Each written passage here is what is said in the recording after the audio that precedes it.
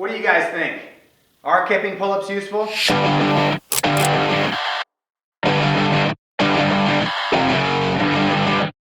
Tyler here from GarageWarrior.com, and right now I want to talk about kipping pull-ups and whether or not you think they are a useful exercise, okay? So first let me start out by telling you when I would introduce a kipping pull-up into my personal clients' training regime. So a lot of these gyms that are advocating kipping pull-ups are introducing them as a prequel to a strict pull-up. So before somebody can do a strict pull-up, they'll teach them how to do a kipping pull-up. Now this is something I completely disagree with. Every single person who does kipping pull-ups should be able to do, at minimum, one dead hang pull-up, keeping their shoulders stable the entire time. If you cannot do that, it's probably not a good idea for you to do kipping pull-ups.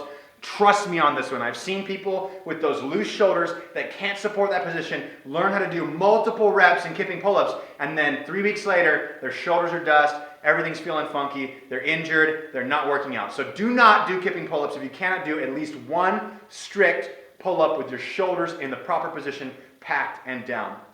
Beyond that, where do I like to use kipping pull-ups? I like to use kipping pull-ups in my cardiovascular training programs. So if I'm working on strength, you better bet that I'm going to be working on some one-arm chin work, some heavy one-arm pull-down work, some rope climb work, some weighted pull-up work. I'm not going to be doing a kipping variation of any of those exercises.